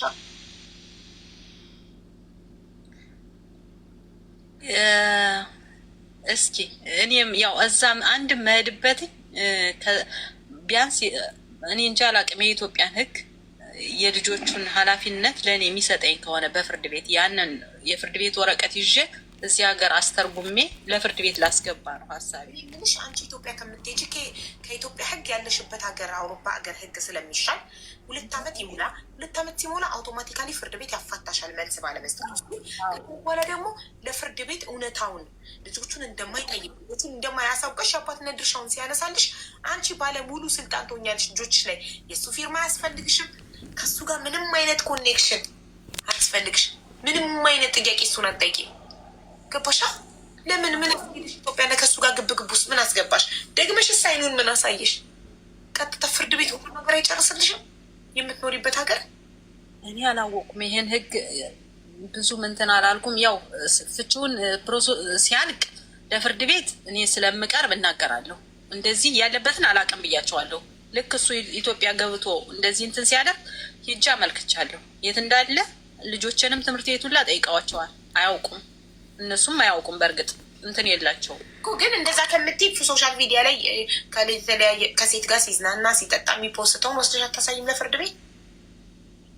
እሱም ካደረግኩ እሱን አሁን ማድረግ እችላለሁ። ግን በፊት አሁን ለምሳሌ እንደዛ ያደረገበትን ቀለበት ያደረገበትን ከቤት ሳስወጣው ተጠየቁ። ቀበሌ የዚህ ሀገር ከሜቴ ቀበሌ ማለት ነው የምንኖርበት፣ ለምንድን ነው የምታስወጪው ሲሉኝ እንደዚህ ኢትዮጵያ ሄዶ ሚስት አግብቶ አጋጣሚ ያን ለማጣራት እኔ ኢትዮጵያ ሳላስፈቅድ ነበርና ተፈልጌ ስመለስ ጠየቁኝ። እንደዚህ ባሌ ሚስት አግብቷል ተብዬ ኢትዮጵያ በሚኖሩበት ሰዓት ያን ለማጣራት ይጀ ነው አልኳቸው። ምን አገኘሽ? አንደኛው ወልዷል፣ እንደዚህ ማስረጃ ላይ ምናምን ማሳሰር ትፈልጊያለሽ ሲሉኝ ነው አላሳስርም። ምክንያቱም ልጆቹ ይፈልጉታል። እኔ እሱን ማሳሰር አልፈልግም፣ ግን አብሮኝ እንዲኖር አልፈልግም ከዛሬ ጀምሮ አልኳቸው። በቃ ግን አንቺ ቆፍጣና ስላልሆንሽ ነው እንጂ ልጆቹ የሚፈልጉት መች አግኝተውት? ልጆቹ ሲነሱ ሲተኙ እየገባ ሲነሱ እየወጣ መቼ ጊዜ ሰጥቶ መቼ አግኝተውት ይፈልጉት? ኖሮ ተምሮ ተቀጥቶ ይወጣ ነበር። ይሄኔ ቀጥለጥ ብሎ ነበር። ገባሽ? እንደ እናት ስላዘንሽለት እንደ እናት ስለራራሽለት እንጂ አንቺ ቆፍጣና ብትሆኚ ብታሳስብ ኖሮ ልክ ይገባ ነበረ። እንደዚህ አይነት ወንዶች ኃላፊነት የማይሰማቸው ምንም ነገር የለም እኮ። ሁሉም ሴት የያዘው ቀዳዳ እኮ አንድ አይነት ነው። ምንም እኮ አይነት አመል ሊባል አመሉ ዳቦ ይልሳል እንጂ አንቺ የመጀመሪያ ፍቅረኛው በሊቢያ አብረሽ በሳራ በረሃ አብረሽ ተርበሽ ተንከራተሽ አፈር ድሜ በልተሽ አውሮፓ የገባሽ ካምፑስ አብረቱ መከራን ያሳለፍሽ ሴት ትሻዩ ነበር ከአንድ ከማያውቃት ሴት። እነዚህ ዛሬ የከበቡት ሴቶች ያለውን ብር በልተው ግጠው አጥንት ሲቀር ጥለው ትሄዳሉ። ማንም ከአንቺ ከመከራ ጊዜው ከልጅነት ሚስቱ የሚሻለው የለም ቢያገናዝብ ኖሮ። ገባሽ? ስለዚህ አንቺ ደግሞ እንደ እናት ከምታዝኝለት ከምትራሪለት በተሳሳተ አሳስቢ ቁጭ ብሎ የጥሞና ጊዜ ወስዶ እስር ቤት ውስጥ አስተውሎ ይወጣ ነበር። እስር ቤት ጥሩ ትምህርት ቤት ነው። እውነት ነው። ግን ያው በዛ ሰዓት ማሳሰር ያልፈለኩት ያው አሳሰረች። አውሮፓ የሚኖሩ ሴቶች እንደዚህ መብት ስላላቸው የሚባለው ነገር ስላለ እኔ ከኔ ምንም ጥፋት እንዲገኝ በሱ ቤተሰብ በኩል እሷ ጥፋተኛ እንደዚህ ያደረገችው እንድባል አይደለም መፈልግ የነበር በዛ ሰዓት። አሁኑ ቢሆን አሳስረው ነበር። ግን በዛ ሰዓት እንኳን እኔ ያልገፋሁት እሷ ናት እንዳለባት ያን ሁላ ጥፋት ሲያጠፋ ወንድሞችን ለምንድን ነው ማትመክሩት? ለምን ስንለው ለምንድን ነው ትንሽ እንኳን የልጆች እናት ናት ቢያንስ ፎቶት ፖስት በሉት እንኳን ስላቸው አይ እሷ እናቴ ናት ስለምትወደኝ ምንም አታደርግም ምንም አታመጣ ማለት ነው ሁላ ሚል መልስ ነው የሚሰጣቸው ለሰዎች። ገባሽ? እና ምን ሲጀመር ክብርሽ ኖሮ ከይቅርታ ጋር ለአንቺ ክብር ሲል ይማግጥ እንኳን ይፋ እንዲወጣ አያደርግም ነበር። እንኳን ከውሽማው ጋር ፌስቡክ ላይ ፎቶ ሊፖስትና ልጃችሁ አይታ የምትናገረው ቀርቶ ሪስፔክት ቢኖረው ለአንቺ ፍቅሩ ይቅርብሽ። ሪስፔክት እንኳን ክብር እንኳን ቢኖረው ማግጦ አይፖስትም ነበር። ይሄ እኮ ማን አለብኝ ነው። ገባሽ? ማንንም ዘመድን አለማክበር፣ ቤተሰብን፣ አካባቢያቸው ላይ ያለውን ሰው አንቺን ሁላችሁንም አለማክበር፣ የገዛ ልጁ አለማክበር፣ ለሶሻል ሚዲያ አጠቃቀም የደረሰች ትልቅ ልጅ ኖረው ጭራሽ ኮመንቶችን ትራንስሌት እያደረገች የምትረዳ ልጅ ኖረው ለልጁ ሪስፔክት ሲል እንኳን ውሽማውን አልደበቅም። ይሄ ደግሞ ምን ይባላል መሰለሽ? ማን አለብኝነት ነው። ገባሽ? እኛ ሰዎች ስንኖር አካባቢያችን ላለ ሰው ሪስፔክት፣ ለልጆቼ ሪስፔክት፣ ለባሌ ሪስፔክት፣ ለጎረቤቴ ለሚያውቁኝ ሰዎች ለሚያከብሩኝ ሰዎች ሪስፔክት ሊኖረኝ ይገባል። ይሄ የሚያኮራ ነገር አይደለም። ትዳር ላይ መማገጥ አኩሪ ነገር ሆኖ ሶሻል ሚዲያ ላይ ፖስት የሚያደርገው ውሽማው ምልክ ናት ተብሎ ሲጠየቅ ምን ናት ሚለው ውሽማዬ ውሽማ ኢዝ ኖርማል ና እኔ ምለው የነበር ቢያንስ ፎቶ አትፖስት በቃ ያው አንዴ ሲታወርብሽ አላቅም ምን እንደምል ራሱ ከሱ ውጭ ሌላ ሰው ያለው ሁላ እስከማይመስልሽ ድረስ ነበረ እኔ እንትን የምለው እና ሁሉ ነገር የነበረ የሰጠሁት ለሱ ብቻ ነበር የምኖረው የነበረ ገባሽ። አሁን ነው ህይወት በአንድ እግርሽ ቁመሽ ለካ ትኖሪያለሽ። ከሱ ከተለየው ምን አይነት ህይወት እንደኖርኩ እኔ ነው የማውቀው። 4 አመት የራሴ የሆነ ነገር እንኳን ሳይኖረኝ ነው ከሱ ጋር የኖርኩት። ግን ጠንካራ ስሆኝ ከሱ ከተለየው 4 አመት ወዲህ ያፈራሁትን ነገር እኔ ነው የማውቀው። ጠንካራ ሆኜ ለልጆች ባንድ እንድቆም ሆኜ ያለሱ እምኖር ማይመስለኝም። ታዩ ያለሱ ነውና እናት አባት የምትወጣለሽ ያሳደግሽ ጥለሽ እየኖርሽ ነው አይደል በስደት። ስለዚህ እኔ ደግሞ ልጆችሽ ደርሰውልሻል። አሁን ልጅሽ ጓደኛሽ ናት አይደል? እና እናቴ ናት ስትላቸው አያምኑ። በቃ ሁሉ ነገር ናቸው እነሱ። ባል የኔ ነበረ አሁን የከሌ ባል ነው ይባላል። ልጅ ግን ልጅ የነበረች አሁን የከሌ ልጅ ናት አይባልም። ነበር እንዲባል የማይችል ነገር ደምሽ፣ ስጋሽ፣ እናትሽ፣ አባትሽ፣ እህትሽ፣ ወንድምሽ ልጆችሽ ናቸው። ባል ባዳ ነው። ባሌ ነበረ ዛሬ ግን የከሊት ባል ነው ያለሽ ነበር ይባላል። ያልፋል ማለት ገባሽ? ልጆችሽ ግን ነበሩ አይባሉ። ከምንም በላይ ደግሞ ለፍተሽ እድሜሽን ጊዜሽን መስዋዕት አድርገሽ ያሳደግሻቸው ልጆችሽ ከጎንሽ ናቸው። ከልጅ በላይ ምን አለ እዚህ ምድር ላይ? ምንም መቼም ላይ ሰማሽም። ሁለት ልጅ ነው ያለሽ? አንዱ እንዳንድ ሴት? ሁለት ልጆች የሚያማምሩ ቆንጆ ልጆች አሉ። አይዞሽ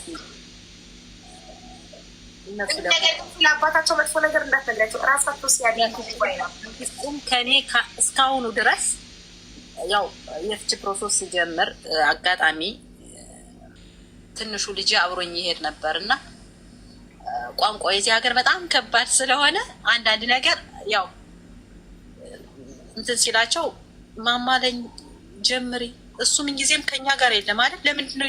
ለምንድን ነው የእሱን ጉዳይ ትራቭል ዶክሜንት ላወጣ የአባትየው ፊርማ ምናምን ሲሉኝ ለምንድን ነው ማተፋች ሲንግል ሙደር ለምን አትሆኝም? ለምንድን ነው ያለ አባት እንደምታሳድጊን እናውቃለን እኛ። እሱ ከኛ ጋር እንደሌለ እያወቅን ለምንድን ነው የእውነት ማተፋች አለኝ። ጀምር ያለው ፕሮሰስ እኮ አልኩት። የእውነት አድርገሽ አሳይኝ እንጂ በወሬ አይደለም አለ። ገባሽ? እነሱም እያወቁ መጡ። እስካሁኗ ሰዓት ድረስ አባታቸው ኢትዮጵያ ሄዶ ስራ እንደሚሰራ ነው እንጂ ከኔ ጋር አሁን እንደዚህ ጠብ እንደዚህ ወረቀት ፈርም እያልኩ እንደምልክ ምናምን አያውቁ። ሴቷ ግን ያው ፖስቱን አይታ ታውቃለች፣ ትረዳለች። ሴቷ ሶሻል ሚዲያ ስለምትጠቀም እንደዛ ደውላ አናግራው እሱ ደውሎ ሲናገረኝ ለምንድን ነው እንደዚህ የደወልሽ ስላት ነገረሽ አይደለ ምን አለችኝ አለሽ። ስለዚህ ማለት ያለብኝ ተናግሬያለሁ አለችኝ እና በሯን የዘጋችብኝ። ስንት አመቷ ነው? 19 አመቷ። እኔ እና ታዲያ ደርሳልሻለች እኮ እህትሽን የምታክል ጓደኛ። ነገር ያለብኝ ተናግሬያለሁ። ምን ብለሽ ነው ስራ እሱ ራሱ ለምን ምን እንዳልኩት አይነግርሽም አለች። ጀግና የእናቷ መከታ አይደለም። ከዚህ በላይ ምን አለ? ልጅሽ አድጋ ስትከላከልልሽ ስታግዝልሽ። ኦ ማይ ጋድ ደስ ይላል በጣም በእውነት። ግን ምን ነበረ የሚላት ለልጅቷ ሜሴንጀር ላይ እንዳየሽው? ማለት ባለትዳር እንደሆነ ይነግራት ነበር? ከሚስቴ ጋር ደስተኛ አይደለሁም ነበር የሚላት ወይንስ ጭራሽ ሲንግል ላይ ነው ነበር? እሱ ነበረ። እኔ ሁሌም ከአንቺ እንትን ስከታተል ብዙ ጊዜ ስራ እየሰራሁ እከታተላለሁ። ትልቋ ማለት እኔ ከላኩላት በኋላ የልጆቹን ፎቶ እኔ እና እሱ ያለንበትን ፎቶ ከላኩላት በኋላ ምን አላት መሰለሽ? ትንሹ ልጁ የወንድሙ ልጅ እንደሆነ ወንድሙ ያው ብዙ በውጭ ካናዳም አሜሪካም ወንድሞች ስላሉት ትንሹ የወንድሜ ልጅ ነው፣ እዚህ ለቫከንሲ መጥተው ነው ምናምን ብሏል። ትልቋ ግን የእሷ ልጅ ናት፣ እሷ ጋር ተለያይተናል ብሎ አሳምናት። የእሷ ልጅ ማለት የአንቺ ልጅ? እኔ ከሌላ ምትወልጃት? አንቺስ ምን ሆነሽ ተገኘሽ? ነበረች ግን ተለያይተናል። በቃ ተለያየ ነው የምንኖረው። አንድ ቤት ነው የምንኖር፣ አብረን አይደለንም። እንዴት ታምናለች? ወንድና ሴት አንድ ቤት እየኖሩ ክፍል ያድራሉ። እኔ ብዙ ጊዜ ሲተኛ ነው በቃ ይኸው ተኝቻለሁ ምናምን ብሎ እኔ መተኛት የበፊት ያው ስትተኝ ወንድ መጀመሪያ አይደለ ወደ ምኝታ ክፍል የሚሄድ እኛ ቤት ስናጸዳ ምን ስንል ስለምንቆይ ያወራት ኖሯል መሰል በቪዲዮ ብቻውን አልጋ ላይ ሆኖ በቪዲዮ ስለሚያወራት እሷ አምናለች። አንቺና እሱ እንደተለያየ የሀገር ባልና ሚስት ሲፋቱ በፈቃደኝነት ቤት ተሎ ስለማታገኝ ከተስማማሽ ሳሎን የጋራ ሆኖ ምኝታ የየብቻሽ ሆነሽ መንግስት እንትን ይልሻል። ከተስማማሽ በስምምነት ከተለያየሽ፣ ከተጣላሽ ግን የሆነ ማቆያ ቦታ ወንድየው ይወጣል። ማምተን ቤት እስከማገኝ ድረስ ከሷ ቆይቼ ነው ነበር ሚላት። እሺ ልክ አንቺ ስታወሪያትስ? እሺ አንቺ ባለትዳር መሆኑን ስትነግሪያት ምን አለች? በቃ ትቶሻል እኮ አለች። አንቺ ትልቅ ሰው ስለሆንሽ እኔ ልጅ ስለሆንኩ እኔን ስለመረጠ ነው ምናምን አለች። አሁን ስለተደፈነብሽ ሊሆን ይችላል ግን በኋላ ይቆጭሻል ሁላ ነው ያልኳት። እንደ ትልቅ እህት በኋላ ይቆጭሻል። ለእኔ በስደት በጣም ብዙ ያሳለፍን በረሃብ በእስር ቤት ታዩ በጣም ብዙ ነገር የሚበላተን እንኳን ምን እንዳሳለፍን እኛን የምናውቀው።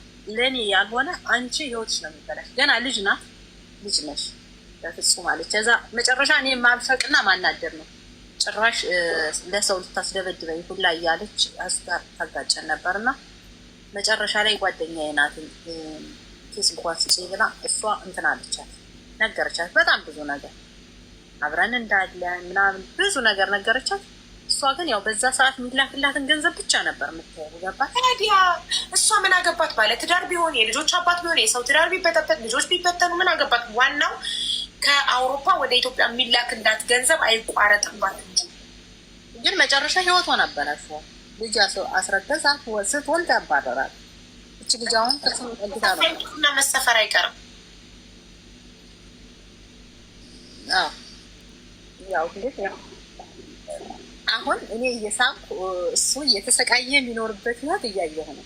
ትልቁ ነገር ይሄ ነው። ለኔ ወደ እናንተ ሀገር የማይመለስበት ምክንያት ምንድን ነው? መመለስ ማይችልበት 1 ዓመት በላይ ወጥቶ ቆይ ከመጣ የመንግስት ዕዳ አለበት። እኔ እና እሱ የፍቺ ፕሮሰስ ስላልጨረስን ወደ እኔ ነበር የሚመጣው። ገባሽ? ከዛ እኔ አስቆምኩትኝ።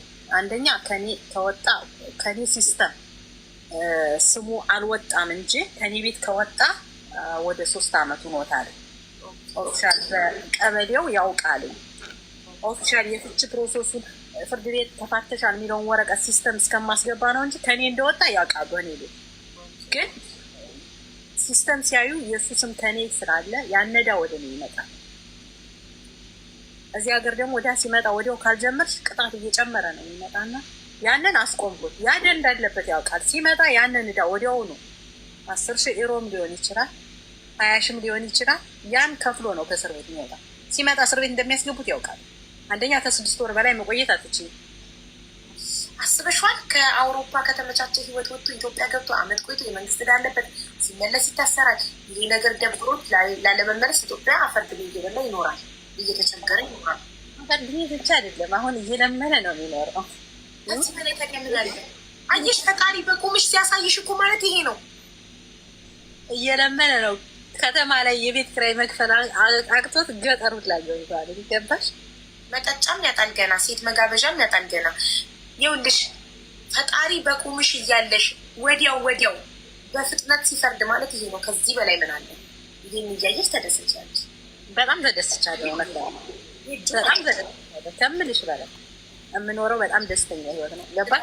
ለምትማግጡ ሰዎች እንደዚህ ፈጣሪ በፍጥነት ያሳይልኝ ብቻ።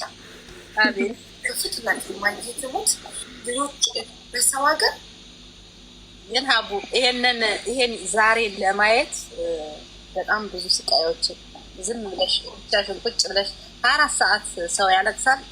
ያን ጊዜ አሳልፌያለሁ። ግን ያን ያለቀስኩት እንባ ለእኔ ፈሱ አልቀረም።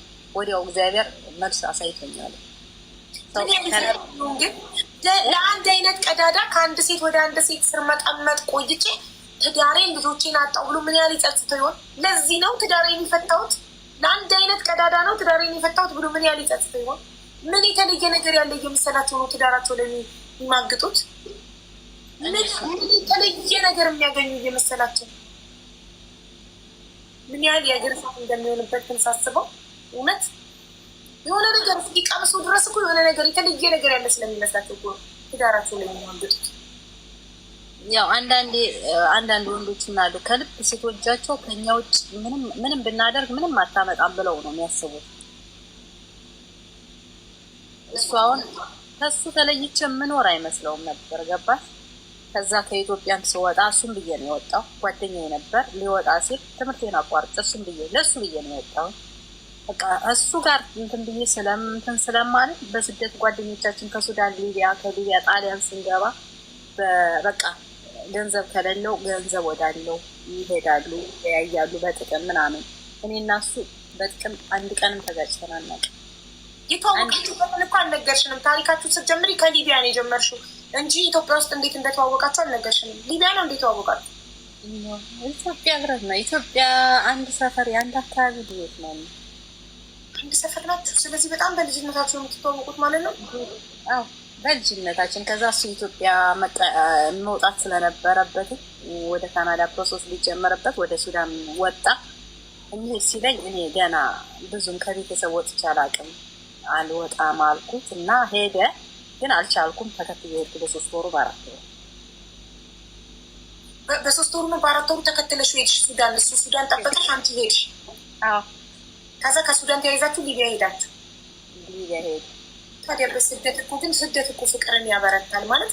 በስደት ያለ ቤተሰብ ብቻሽን አብረሽ ኑሮን ለማሸነፍ ስትዳክሪ የበለጠ ፍቅር ጠበቀ ይመጣል። እኔ እንደዛ ነው የሚታየኝ። ግን የሰው ማንነት የምታውቂው ችግርሽ አልፎ ሲያልፍልሽ ነው። ችግርሽ አልፎ ሲያልፍልሽ እና በቃ የሆነ ኑሮሽ ህይወትን መኖር ስትጀምሪ፣ የኛውን የስቃይ ህይወት ነው። ሱዳን 2 አመት፣ ሊቢያ እስር ቤት 2 አመት ቆየን። 1 አመት እስር ቤት ነው የቆየ። እኔ ልጀነን እርጉዝ ነበርኩ። እስር ቤት ነው የወደድኳት። ያ ሁሉ አልፎ መጥቶ እዚህ ሀገር ከምንም የበለጠ የተፈተነው እዚህ ሀገር በወረቀት በቃ ኢትዮጵያ ተመለሱ ነበር የሚሉን። ለምን አሻራ ተገኝቶባችሁ ነው? አሻራ ተገኝቶ አሻራ የጣሊያን ተገኘብንና ያንን በፍርድ ቤት ተከራክረን አስነሳ ነው። አሻራውን ወደ ጣሊያን ሊመልሱን ሲሉ አስነሳን። ኢንተርቪው ስንደረግ በኢትዮጵያ ኬዝ የሚሰጠ ነው እና እዚህ ሀገር የኢትዮጵያ ኬዝ ጭራሽ ኢትዮጵያ ስትያቸው ያሟቸዋል። ኤርትራ ምናምን ስትያቸው የኢትዮጵያ የሚባል ጭራሽ ኢትዮጵያ ሰላም ናት ወደ ሀገራችሁ ነበር የሚሉ መመለሻ ካምፕ ነበር ያስቀመጡ። ፈጣሪ ግን ታሪካችሁን ቀይረው 7 አመት ካምፕ ተቀምጣችሁ ምህረት ተደረገላችሁ አይደል? በልጃችን የምህረት ወረቀት አገኘነው። ግን በቃ ያን ሁሉ አሳልፈሽ ልክ ቤት ገብተን በጣም የሚያምር ትልቅ ቤት ነው የተሰጠን። ህይወት መኖር ስጀምር ትዳር ይተናል። ይኸውልሽ አንዳንድ ባሎች ችግር ጊዜ አልፎ ልክ ምቾት ሲመጣ ማንነታቸውን ታውቂያለሽ። የችግር ጊዜ የትኛዋም ሴት አትፈልጋቸውም። ችጋራም ወንድ የትኛዋም ሴት ስለማትፈልግ ለሚስታቸው ታምነው አንገታቸውን ደፍተው ከሚስታቸው ጋር ችግሩን ያሳልፉና ልክ ሀብታም ስትሆኑ አሁን ብር አለው ሁሉ ያምርበታል፣ ይዘንጣል፣ ሁሉም ሴት ይፈልገዋል። ብር ሲኖረው ሴቶች ይፈልጉታል። ስለዚህ የዛኔ ትክክለኛ ማንነቱ ይወጣል ሄዶ ሲከሰከስ። አንዳንድ ወንዶች ደግሞ ባለሽ ሰዓት አብሮሽ ሆነው ልክ በሌለሽ ሰዓት ይሄዳሉ። ገንዘብ ባለሽ ሰዓት አብረው ያጫርሱ፣ ሲጨፍሩ፣ ይበሉ፣ አብረው ሲጠጡና ልክ ባዶ ስትሆኚ ጥለውሽ ወደ አላት ሴት ይሄዳሉ። ማጣትም ማግኘትም የሰዎችን ማንነት እንድታቂበት ያደርጋል። በተለይ የወንድና ሴት ሪሌሽንሽፕ ሲሆን ሴት ልጅ ጥቅመኛ ሴት ካለው ወንድ ጋር ነው አብራ የምትሆነው። እውነተኛ አፍቃሪ ሴት ደግሞ ባለውም በሌለውም ሰዓት አብራው ትሆናለች።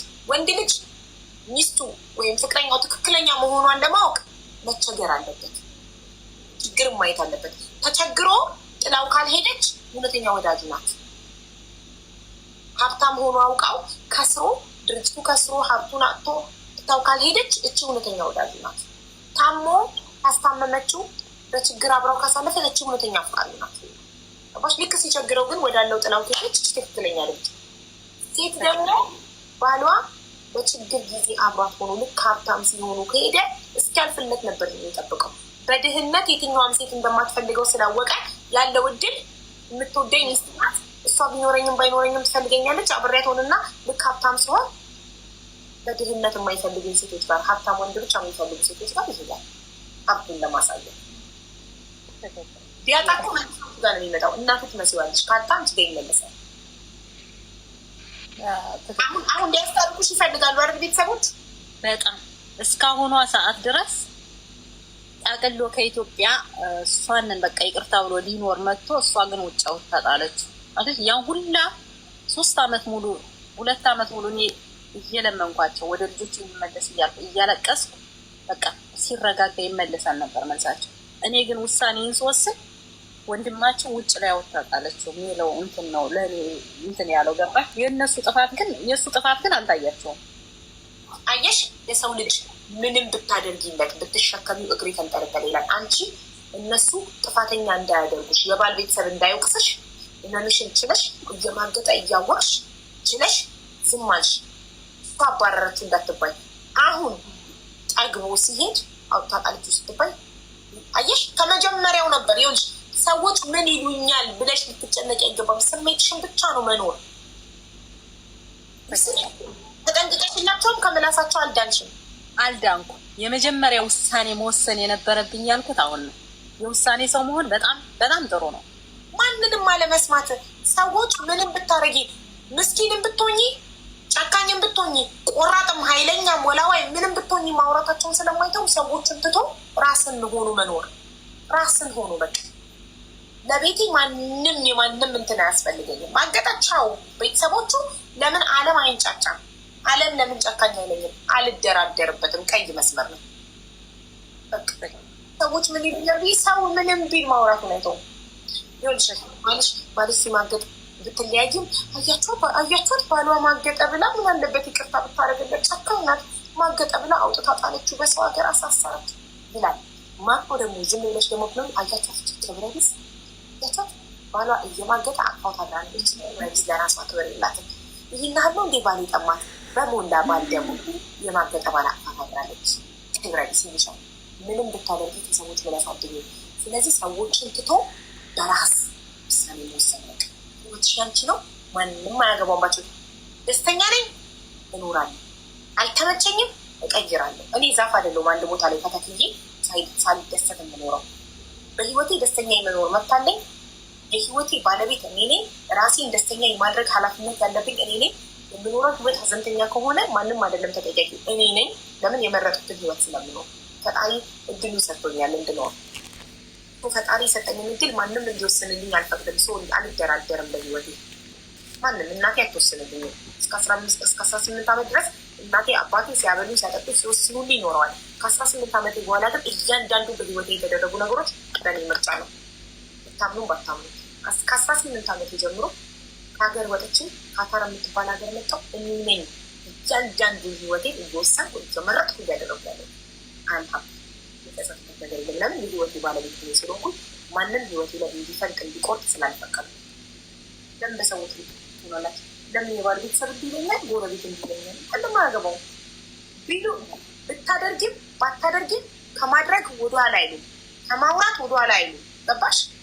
በትክክል ግን ያው እግዚአብሔር ይመስገን እንደዚህ ታሪክ እንደዚህ ሳወራ እንኳን እንባ ነበር የሚቀድመኝ። እግዚአብሔር አሁን ግን በቃ ሁሉም አልፎ ይሄን ታሪክ እኔን ዝም ብዬ ቁጭ እየሳስበው የሌላ ሰው ነው ተብሎ ቢነገረኝ እንኳን ማመን አልችልም። እግዚአብሔር ይመስገን።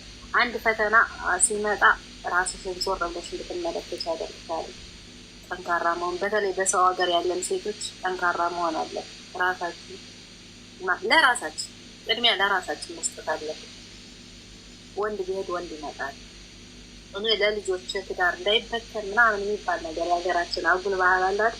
እሱን እንትንያ ራሴን ጎድቼ ነበር ከሰውነት ደረጃ እስከማወቅ። ግን ደግሞ እኔ ስጎዳ ልጆች አብረው እየተጎዱ ነው።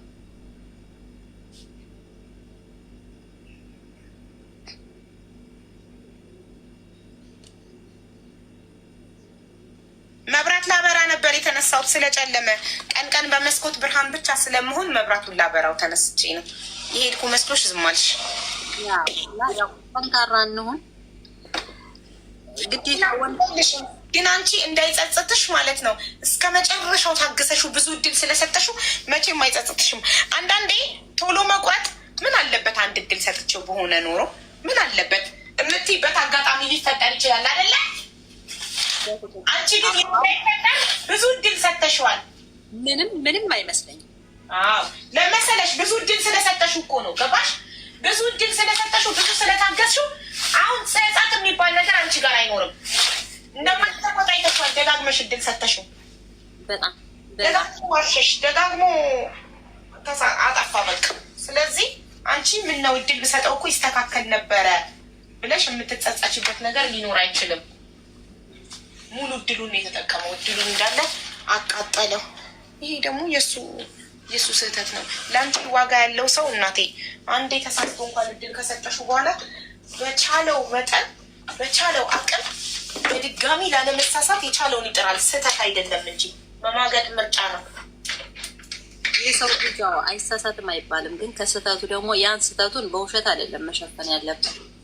ከቻለ ከስህተቱ መውጣት፣ ካልቻለ ደግሞ በቃ ወደዛ ወደ ተሳሳተበት መንገድ ጠቅሎ መሄድ።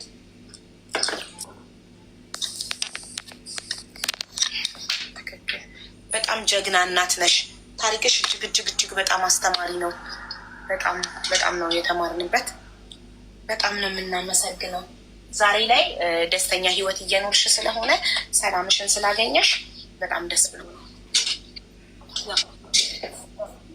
ሁሉም የፈጣሪ ስራ ነው ብዬ ነው ማምነው። በእኔ ሳይሆን የእናት አባቶች ጸሎት ጠንካራ እንደሆነ አድርጎኛል። እዚህ ላይ እንደዚህ አይነት ህይወት የተፈጠረባቸው በቅርብ ማውቃቸው ልጆቻቸውን ተቀምጠው እነሱ የመድኃኒት እንትን ሆነው በስትረስ እነሱን እያየው ነው። አንድ ማለት ባሎቻቸው ስለማገጡባቸው ነው እንዴ ልጆች የሚቀሙት? ዋይ ባሎቻቸው እንደዚህ ሲማግጡባቸው እነሱ ጋር እንትን ይላሉ። የሆነ ስትረስ ውስጥ ይገባሉ። ሐኪም ቤት የስትረስ መድኃኒት ይሰጣቸዋል። ያን መድኃኒት ስትጀምሪ ደግሞ ልጅ መቆጣጠር አትችይም ተብለሽ ልጆች ይወሰዱብሽ እዚህ ሀገር። በጣም ያሳዝናል። አየሽ ወንዶቹ ለምንድን ነው እንትን ማያስቡት? የለም በፍጹም እኔ ምስ ነው በማደርገው ነገር ሚስቴ በሰው ሀገር ትጎዳለች፣ ልጆቻችን ይጎዳሉ፣ ልጆቻችን ይቀማሉ።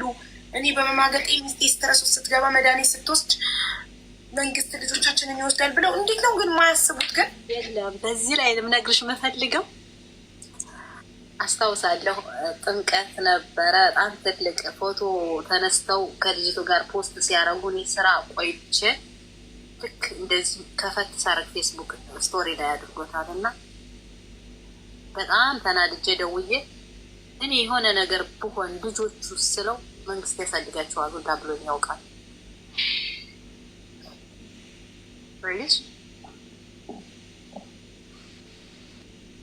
ስለ ልጆቹ እንኳን ኃላፊነት አይሰማም።